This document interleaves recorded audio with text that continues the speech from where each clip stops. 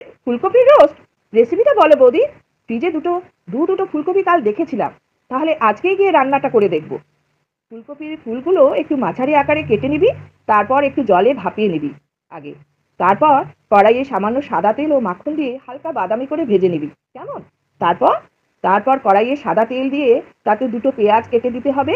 তার সাথে 9-10টা কাজু বাদাম, 6-7টা কিশমিশ, সামান্য চারমগজ ও 2 চামচ সাদা দই দিয়ে কিছুক্ষণ হালকা ভেজে তাতে সামান্য জল ও কয়েকটা কাঁচা লঙ্কা দিয়ে ঢাকা দিয়ে রাখতে হবে 3 মিনিট। জলটা শুকিয়ে এলে একটি মিক্সির পাত্রে ঢেলে সব শুদ্ধ বেটে নিতে হবে। তারপর আবার কড়াইয়ে তেল দিয়ে তাতে এলাচ দারচিনি ফোড়ন দিয়ে সামান্য পরিমাণ পেঁয়াজ কুচি দিয়ে তাতে আদা রসুন বাটা দিয়ে তাতে ধনে জিরে গুঁড়ো ও সামান্য লঙ্কার গুঁড়ো দিতে হবে, যাতে মিশ্রণের রংটা বেশি লাল না হয়। কিছুক্ষণ তেলে ভেজে তাতে মিক্সির সাদা মিশ্রণটা ঢেলে নিতে হবে। তাতে নুন পরিমাণ মতন দিয়ে ভালো করে নাড়াচাড়া করে গ্রেভিটা ভালো করে ফুটে উঠলে তাতে ভাজা গুলো দিয়ে আবার কিছুক্ষণ ফোটাতে হবে। এই সময় গ্রেভিটা বেশ ঘন হয়ে গেলে জলের পরিবর্তে দুধ দিয়ে ফুটিয়ে নামিয়ে দিয়ে তাতে গরম মশলা ছড়িয়ে দিলেই রেডি ফুলকপির রোস্ট।